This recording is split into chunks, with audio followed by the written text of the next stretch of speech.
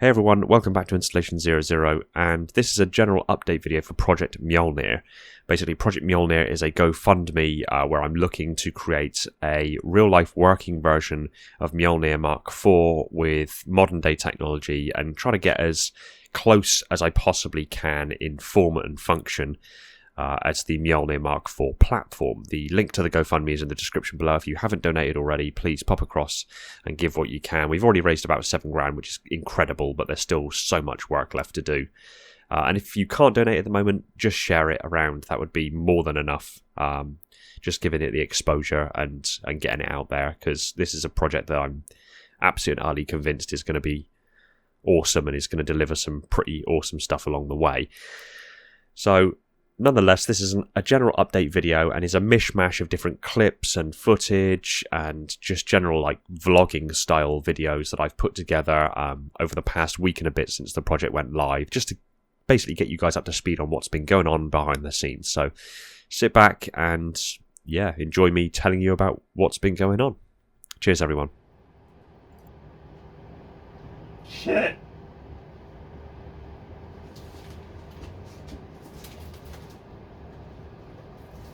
I need a tape measure.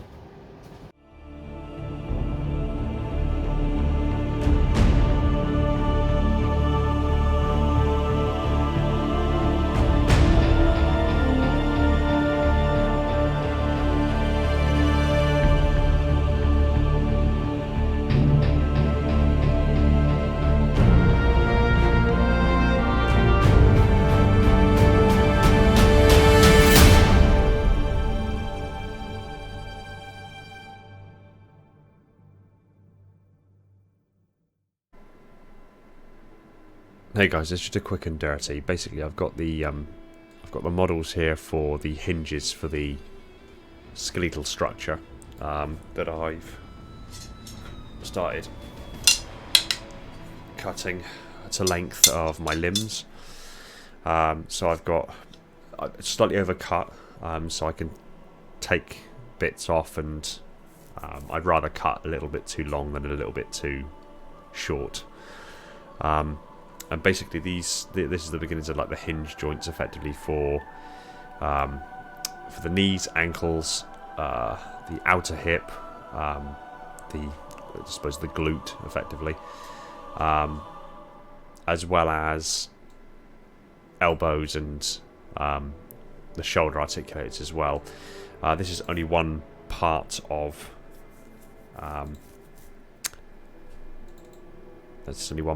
the hinges at the joints. The other part is this bit here with the axle. I've got some thrust bearings coming. I've got some really small gauge axle bearings coming as well. They're all part of the shopping list of stuff that I've put together recently, and that will allow this to distribute the weight of mainly the environment suit and the rest of the skeletal structure. Because this is the passive skeletal structure. On top of this, there will be hardpoint connections for the articulators, so the servos, linear actuators, electroactive polymers. I'm also probably going to use the same gauge of titanium to build the frame of the helmet, effectively, but of course I want there to be a sealed atmosphere inside, so I need to figure out a way to develop basically an inner seal that's sealed to like an inner visor as well, to a clear visor, which will probably be the visor I'll attempt to project onto. So effectively you'll have the visor that's sealed to the rest of the helmet surrounding on the interior, that would in itself fix to the environment suit and create that hermetic seal that you need between the helmet, the suit, and the external atmosphere. I'm not going to say at the moment whether or not it's going to be vacuum rated, but I'm laying the groundworks for that to happen. Obviously the helmet is one of the big things I'm working on at the get-go. We've got the skin tight undersuit, which I'm nearing completion on. There's a few more bits of sewing work on my part that needs to be done, and I need to decide how exactly I'm going to go about the the positioning of the muscle pickups, the myosensors, basically. I don't know if I should cut panels effectively out of the skin tight undersuit that the electrode clip will effectively protrude out of, and then you clip onto that, or whether I integrate them, or I'm still up in the air about that. I've got 36 myosensors coming for each of the respective muscle groups for control, as well as 36 microcontrollers to control each of the respective muscle sensors, which would then relay that information out as an on or off signal to the main computational system, which then outputs the basically converts it from an analog to digital signal at the myosensor. That digital signal is sent to the microcontroller, which then outputs the signal to the main computational system in the back, and from there it outputs the relative signal for the related articulator, servo linear actuator, electroactive polymer, to basically actuate. Very much like Mjolnir, there will not be an ability to scale back the speed or the force of contraction. One, because I want it to be as accurate to the suit as possible. Two, it would have to be ungodly powerful and ridiculously fast to actually injure me. And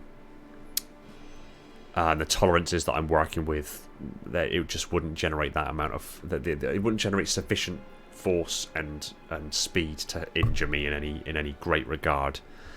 And also because it's easier from a programming perspective. But again, it's the whole point of this is that it can be innovated over time. So although we're going to start with it's 100% on or 100% off, that's it. Over time, we can work with tweaking the code, adding layers of complexity to the system, so that you get different layers or different levels of articulation. So these have already been exported. They're already been put onto the pen drive, and the 3D printers here, which is what the noise is in the background. And the 3D printers are on full go, and except that one, apparently that one might have finished already. They're on full go printing the hinges, so that I can effectively fit them to the titanium substructure. It was actually made of the same type of resin that the power banks that I'm selling on the website are made of. It's an epoxy resin, extremely hard, and because it's a resin printer, it prints. You don't have like with filament printers, you can print hollow or you can print with infill, and in some cases you can print solid, but it uses a ridiculous amount of filament in the process. With resin printers, I've opted to print these solidly, so these are printed in solid with the exception of the bore hole, but that's for functional purpose. Obviously, that's so you can put the power bank inside it. But I printed them solidly. They're solid, so that's solid. So the hinges will be solid as well. That helps with their ability to transfer weight through the hinge itself and into the lower structure. I've also designed these hinges to be as in alignment as possible. So although two plates effectively, so like for example at the knee, by definition, two plates will actually, well, the knee's slightly different. The knee's actually like it's a 2-point hinge, and they've got geared surfaces, so they actually like it slides more, but it slides as well as bends because that's the nature of the knee joint. The hip and elbows and things like that, though, it's quite literally like two plates meet and overlap. So I've designed the hinges to offset, so that the hinge can work, but it's also like it redirects force as linearly through the joint as possible. So there's not too much twisting or shear force on the joint. It's still subject to failure if it takes on too much weight. And again, worst comes to worst, I can always use these CAD models that they developed. I can send them to an engineering firm. They can 3D print them or even machine them out of titanium titanium or aircraft grade aluminium. I wouldn't do steel, too heavy. This doesn't work. It doesn't detect correctly. Just gives me error codes. I think it's because it's obviously tuned or honed to, yeah, error. It's tuned to give us temperatures for skin, obviously. Direction of flow is actually from the pump into the Peltier array, and I did that because I did a closed loop run a while ago and the pump actually heated the water. So if water was being pumped out of the Peltier array, having been cooled, it then passed through the pump, and if the pump was working hard, it would generate heat. That heat would then warm the water back up, which means that once it gets to the torso, it's already warming up. You don't need that. So the pump itself is actually pumping water into the Peltier array. The fans on the top here, I'm going to have to swap these out for a better alternative. What I'll probably do is get a different kind of heat sink designed, something like that, but with taller blades, taller fan blades, heat sink blades rather, and then I'll use a larger diameter fan, and that will then, what we'll then do is, in here the semiconductor Peltier pumps are positioned in a line. What we'll do instead is we'll tile them. So these are 40mm by 40mm. So what we'll do is we'll tile them 1, 2, sort of 3, not quite like this, but you know, you get the idea, 4. And then these will be powered in parallel, like I'm powering these. And with these taller fan blades, a better heat exchanger then, along with it being a larger fan, it can run at a reduced RPM but still provide the same volume of air to cool, because that's quite loud and that's no good.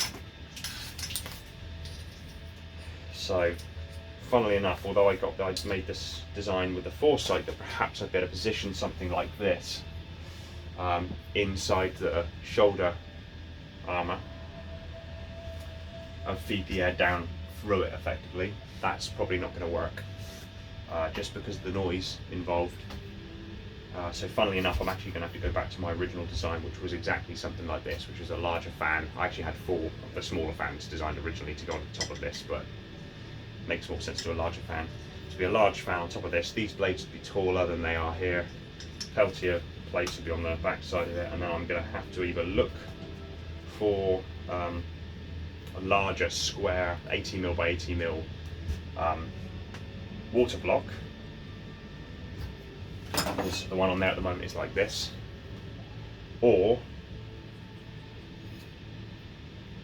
I'd have to either fabricate one myself or get someone else to fabricate one for me, or the alternative is, if you excuse the mess, the blue block that's in this is a 40mm by 40mm block.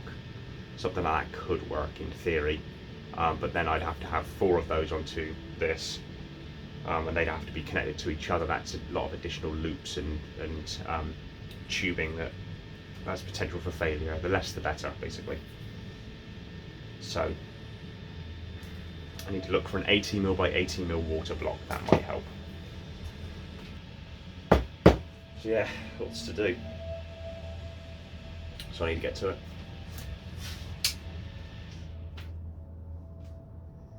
Yep. I've got 2 laser-based pico projectors on the way. That's going to help with the HUD systems. I've got a visor. It's not the right colour. Obviously, I'd like a gold mirrored visor, but it at least allows me to test things out, you know. So I can put a coating on the inner surface of that, or I can put the coating on the inner surface of the sealed clear visor that's on the helmet, and project onto that with a laser-based pico projector. Speaking of gloves, right, these are not the ones that are going to go in there. These are actually white woolly gloves, effectively. Very similar to, I can't see them when they're black, but grey, they look like that. And what's interesting is that on the inside of these, you can see 2 cables sticking out. Inside is, that is a carbon fibre heating element, effectively. It takes 5 volts, so the same amount of power that your phone charges on, effectively. And it it heats across the carbon fibre material and generates heat, and actually a very impressive amount of heat, and keeps your putties warm. So the idea is that I'm not going to be using these gloves. These will be integrated into the environment suit rather, and then all the cabling will be conduited up effectively to the back unit where it will receive its power. So again, these are a really good alternative for heating the extremities. Initially, I was considering doing a full body carbon fiber heating system, but the realization I had was, one, it's quite expensive. Two, if I was going to do that, it would be I'd either have to do hundreds of those kinds of pads, or I'd have to get carbon fiber tape. But then the longer the tape is, the more electricity you need to conduct across it, which becomes energy hungry. So the realization I had is that if I've got a torso-based cooling system, that cools effectively by chilling. It's a liquid cooling system. So if I invert the power on the cooling system, it basically becomes a heating system. Heats the water up, and then I can offset that with a load of these, which are basically more carbon fiber pads. So I can offset these and stitch these in. I think on this one set, we go 1, 2, 3, 4, 5 panels, and a simple on-off button. Again, powered by USB. Wherever the USB end is, this is just a cataclysm. USB end on it as well. So again, powered by just 5 volts. I've got two sets of these, so 5 on each side of the torso, effectively, or center of mass. So torso, or groin, any area that's would be considered vital, effectively.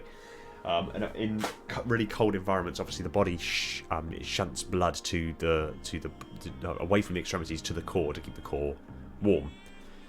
But I realised that actually you can, if you're warming your torso, and you're warming your hands, and you're warming your feet, the cooler blood in between will just circulate through, and it's not too much of an issue. It would only be a massive issue if you were literally exposed to the elements between your hand and your body. If this entire arm was exposed to Arctic conditions, then there would be a problem. But with the multiple layers of insulation and the environment suit itself, it's not going to be a problem. So I realised I can warm the hands, I can warm the soles of the feet actually with a very similar system. Again, just their insoles. It doesn't have to be over-engineered. I was thinking about over-engineering. I was thinking about a hydrostatic gel layer, or effectively like a viscous gel that I could circulate a bit like your heart would circulate blood, and then heat it or cool it depending on what was needed. But the amount of energy needed for that is just ridiculous. It doesn't have to be over-engineered. Insoles, 5 volts again. It takes it from a 5 volt. USB. It's just, don't over-engineer it. It doesn't have to be over-engineered. It just has to work. The less complex it is, the less things that can go wrong, and you need that in any capacity. Okay, so the environment suit's looking good now, or the environment cooling and heating system rather, is looking good. I've swapped out the old Peltier array. So this is basically still dripping water. There's a blue cooling block on the bottom, and this has been bolted effectively to 4 Peltier pumps. Peltier heat pumps look like this. And they're just semiconductors basically, and you put an electric charge through it. One side gets hot, the other side gets cold. Pretty straightforward, really. There's a big heatsink on the top of it, and then I had the 4 small fans. And obviously in the earlier video, these fans made a lot of noise when operating at temperature, which isn't ideal. And to be fair, it's quite bulky. If you imagine, effectively this is going to have to go between the shoulder blades, sort of here. It's quite a bulky unit. So I wanted to test the same level of cooling capability. So basically, this has got 4 Peltier pumps inside it. But I wanted to test it with larger diameter fans, basically. And the only way I could do that sufficiently cooling the Peltier pumps was to increase the diameter, or increase the heatsink size, because that's quite a long, thin heatsink. And I needed an 18mm by 18mm heatsink like this, with taller blades. Now I've got one, it's currently being used to prop up the other thing I've got going at the moment, because I'm still waiting for the 18mm by 18mm water block, which is the small blue, basically a blue version of that, but it'll be 80mm by 80mm. So then the plan was to have the water block, then 4 Peltier heat pumps over the top of it, and then the heatsink on the top of that, and then a larger diameter fan on top of that again. And that, in theory, should cool all 4 of them, but much quieter. However, still going to test that when it arrives. However, I've actually tried something different, so I'm going to pick you up, bring you over, and I'm going to angle you down. Right, so can't see it fantastically well here, but I've got an when I built my computer, I had an AMD heatsink that came with the processor that I didn't use because I bought a new one. So this stock one has now got a Peltier pump on the back of it and a single 40mm by 40mm cooling block, which is the blue you can see at the back there. It's running quite quietly. I've still got the radiator with the fan on the front of it, and I bought a water tank, a water block, just to make it easier to fill and unfill, and I've got some quick release valves so I can test different Peltier formats by quickly clipping them off and clipping new ones on. Nice and straightforward. So obviously this is, at the moment, this isn't circulating water around a body and cooling it, but I wanted to see how cold it could get the water, basically. So the hot side of the Peltier pump at the moment is 25 degrees. The cold side, which I'm going to get from the water block here, 17.5. That's quite impressive. And if I just randomly take, like, so the radiator, 17.5, so definitely not a false reading. The water block, 17.5. The pipes, if I can get it accurately, 17.5. So one Peltier pump is cooling water to 7 degrees centigrade, where 4 Peltier pumps with the old larger array, which I've now, this one, was only able to cool the water to about 18 degrees.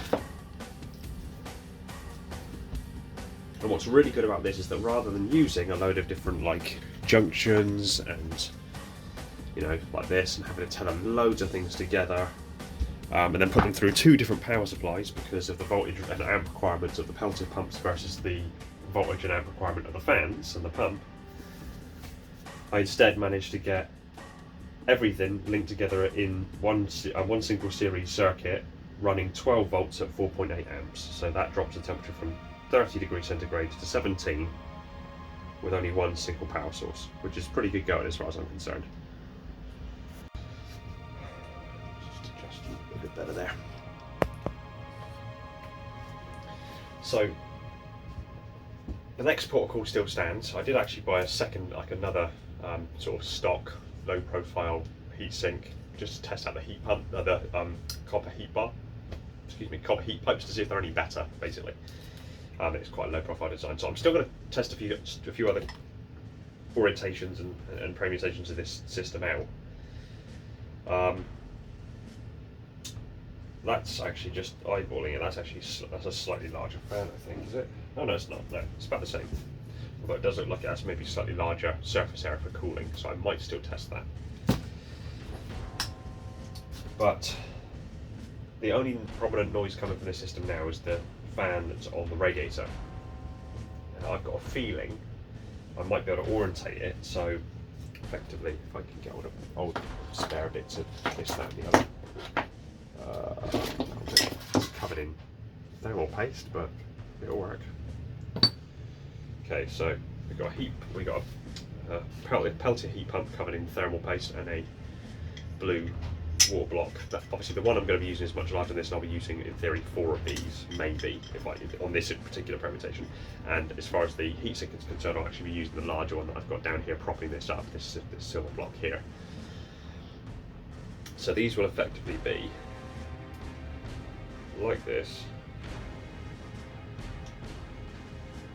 fan on the top, and then rather than using a second fan to pump air only through the radiator, it makes sense, because this fan is pulling air in to cool the hot side. It makes sense that if there's air moving, I just put the radiator on the front. It means it's slightly thicker. I mean, you've got to bear in mind, even like this, that's still quite a thick sandwich from here to here. I mean, I'd probably really want to take that around that way, to be honest, to try to make it a little bit more, you know.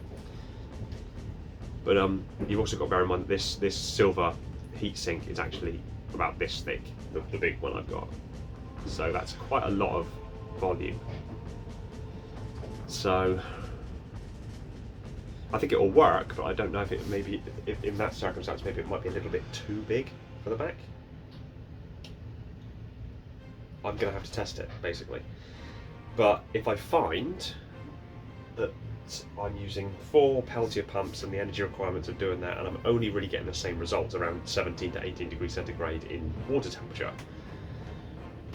even using 4 Peltier pumps and a much larger surface area of cooler, then it makes no sense to opt in for this, because then I'm over engineering.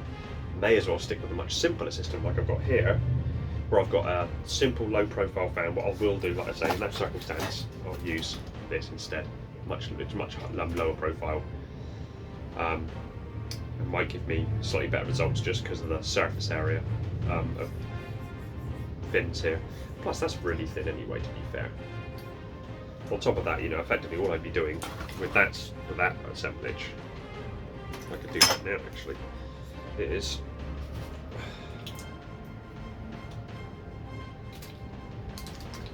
put that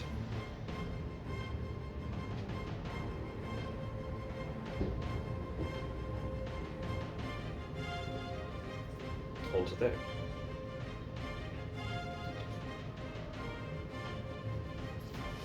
So in theory, that would be as much as I would need, although I could still do the radiator on the front situation, but this radiator is actually slightly smaller than this fan. So I'd either have to get a slightly larger radiator, because I think this is a 100mm as opposed to 80.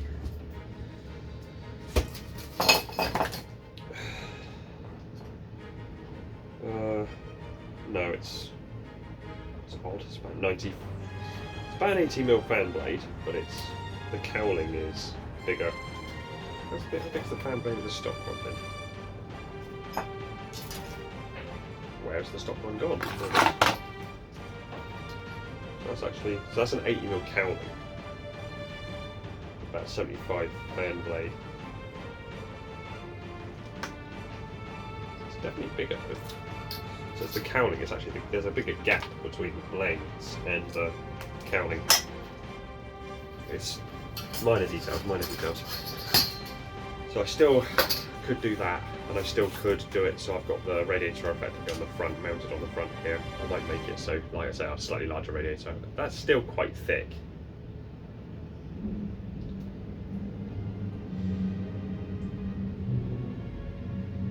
Still quite thick, but it might work. And if it doesn't, I might just have to literally position it so it's one above the other. I mean, it means it takes slightly more surface area up at the back, and I wanted to keep it as low profile as possible. But if that's how it works, that's how it works. So good. In all things, all things considered, things are looking good. So I'm going to leave this running for a bit and see if the temperature changes at all. If it doesn't, that's great. I've got to wait until the new block arrives until I can test that, so that's out of the question until that arrives. So in the meantime, I've got a lot more of the flat stock for the skeletal support structure to cut, and I've now got the muscle sensors and laser-based pico projector in stock. So I'm now going to have to tweak around with those and start getting like the HUD systems and the muscle sensing systems put in place, and I need to finish off the skin tight undersuit. All in all, progress is happening, which is good. So I'll catch you in a bit. Hey guys, quick update. It's now evening time. The laser-based Pico projector actually arrived relatively late in the day, and I'm very impressed. So it's a very specific type of laser-based Pico projector. It needs to be laser-based, as you can tell from the flickering being caused by the high-powered lasers.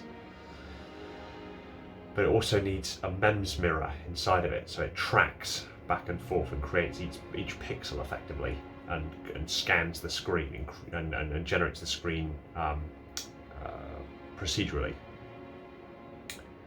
And the reason that it needs to do that is because then the light that comes from the projector is coherent light, and coherent light is infinitely focused.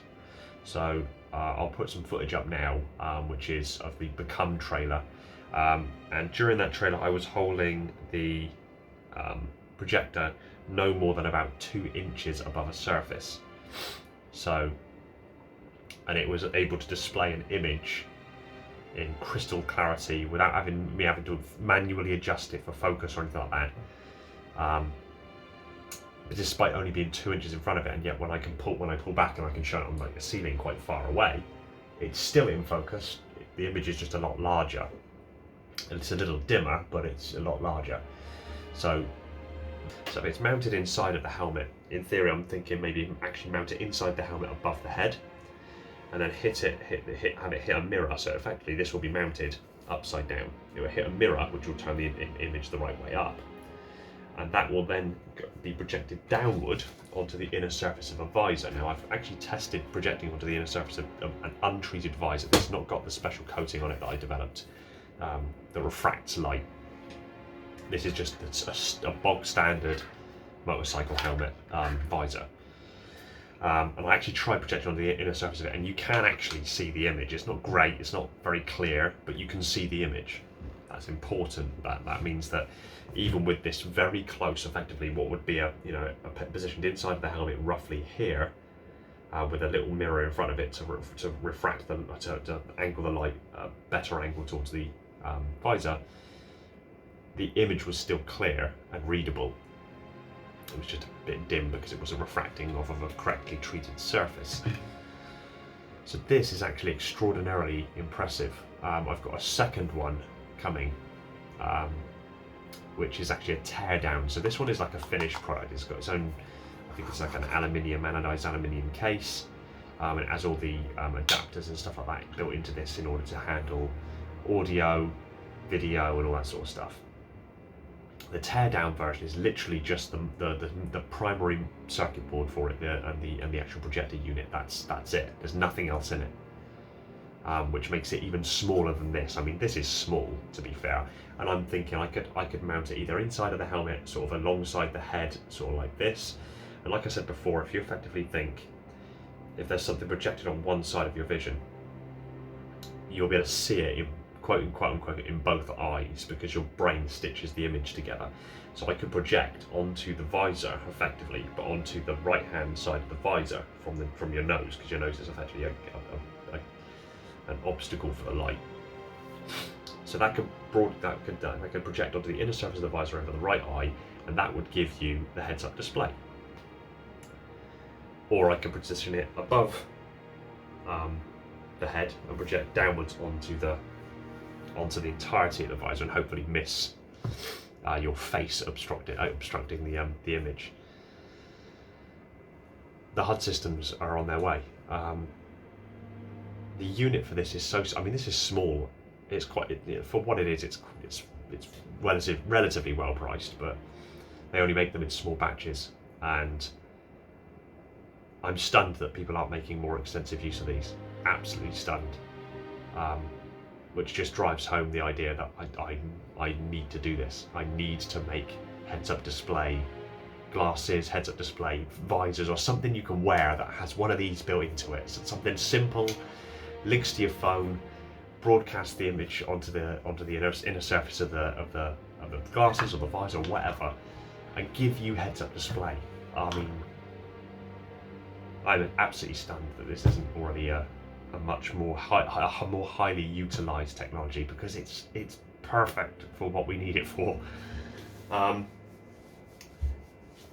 And like I said, I'm absolutely gobsmacked by the clarity of the image. I've worked with laser-based pico projectors in the past, and back then I didn't know quite as much about them, so I have a feeling that the type that it was is that the backlight was laser-based, not the entire display process. The tear down version is already on its way. When that arrives, I'll get a better idea then of what I need, what I don't need, and what I can integrate.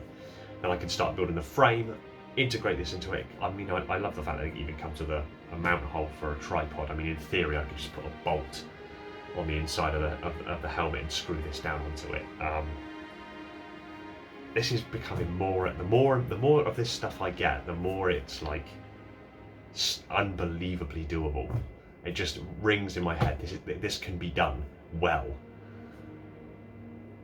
I'm psyched. You can probably tell I'm psyched. So that's arrived. Like I said, it's later in the evening. The deliveries arrived a lot later than I was expecting them to. It's a given, I suppose. I didn't waste the day though. I got on with a lot of other stuff. So on top of that, I've received a load of stuff for the environment systems. They're all outside at the moment in my workspace. They're going to stay there overnight. They're safe, they're secure, they're dry. I'll work with those tomorrow. The more sensitive stuff is in here with me, so I've got a batch of these myosensors which have arrived, and these actually come from the States. They're based on the Arduino architecture, but I bought them in bulk from the States. I dropped a lot of money in doing so because I needed 36 of them. But this is an individual myosensor, and we have three button terminals effectively. Now these two are effectively for the upper muscle. So for example, with a bicep, these are for the upper and lower muscle. So that would detect basically the charge moving through your muscle. And the third one, the black one, is basically your kind of your base. It's you don't put it directly on the muscle. It effectively is there to detect noise, so it can get a better resolution. And there's also a really tiny gain adjuster over this side here. You can twist, increase the gain, decrease the gain, whatever you need to get the best resolution out of these things. Way back when I originally designed this whole kind of idea, I was going to effectively have electromyograph pads stuck on every muscle that needed to be, with cables running up through the skin tightener suit to a single point in the centre of the back, which would connect to a computational system that would work all this out. I don't have to do that anymore because Arduino created a microcontroller, basically a tiny computer, and by tiny computer I mean a tiny computer. This can run this. So the plan is wire this together with this. That'll pick up the muscle impulses, and I can export from this directly to I can either export from this directly to a motor, or I can export to a separate circuit that I can effectively amplify the electricity involved. So I can use more powerful servos. So rather than using small little model airplane, servo motors, small 5-volt kind of deals, I can use much larger, more powerful actuators, which is what we're going to need ultimately. So that will do everything I need to do at the muscle site, which is great for redundancy, because it means that if something goes wrong and I lose sort of like muscle conductivity for, say, the bicep, I can narrow it down really quickly to find out what went wrong and where. If I lose function of the bicep, the likelihood is it's something. It's probably going to be the bicep now, because I just dropped that one on the floor, or nearly. If there's something wrong with the bicep, it's probably something wrong with this. And if I access this and find there's nothing wrong with it, then it can only then be either the cable that goes from the output of this to the central controller, which will then output the higher voltage to the respective articulator, or it's the circuit board, or it's the articulator, rather than linking all these things together and trying to find if there's a broken connection somewhere, if there's a loose connection, if the pads aren't picking up correctly, if the main computational system is working correctly, if the programming is working correctly, figuring out if there's any overlaps or interference coming from the other electrodes that are communicating at the same time, or all of these things. They become independent systems, and the redundancy of that means it's a lot quicker and easier to identify problems, so that's really good. I also received the new thermometer so I can detect temperature differences. It's a laser-based thermometer, so I can detect temperature differences in the environment system, so I can figure out exactly how cold the water's getting, how hot the hot side of the Peltier pump is, how cool the cold side is. I can also use that for the carbon fibre stuff that I've got in here, figure out the temperature levels for that as well. This is all really coming together now, and I'm really excited.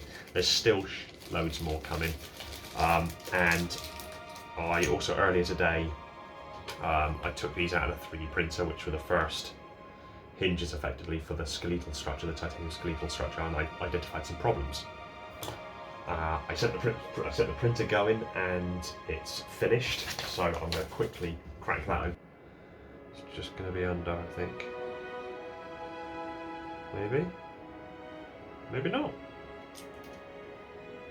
2501. So in theory, although saying that, the bar was very slightly larger than that, but well, again, fits in width perfectly.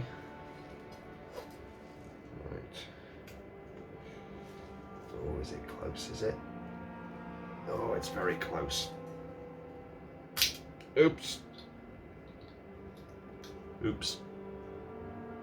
Yep. Close, but not close enough. Let's have a little look. So there's no warping to it. So again, this is a situation of small losses early on are better than big losses later. Not a lot in it, so I need to either marginally scale, if I scale it up, if I scale up, everything scales up, then the bearings won't fit, so that's not going to work. So I just need to increase the bore hole by 0.71, I'd argue maybe 0.75, to allow just a little bit of tolerance. So close. Let's check the other one though, just for shits and giggles, let's check the other one. 0.71. Too small, so that if the 0.5 cancels each other out, then the tolerances that I've got this down to are actually only about 0.2 of a mil, which isn't bad, to be fair. It's easier just to adjust the models and the hinges and make them slightly, the hole in the bottom slightly larger. That's what I'm gonna have to do. Surging ahead, basically, and I've got it in my foresight to being able to create or finish the skin tight undersuit, finish the environment suit, and get a functional prototype of the helmet systems. That includes the HUD, that includes the communication systems, that includes the interface systems, all of it. It might not be physically sealed within armor plates and make it look exactly like Mjolnir, but the function, it would be like a skeletal shell effectively of the helmet, with the ability to put those plates on top and make it Halo-y. But yeah, it's all a go, and I just wanted to I wanted to kind of keep track of things in kind of a video log kind of way of doing things, so that you guys are aware of what I'm doing.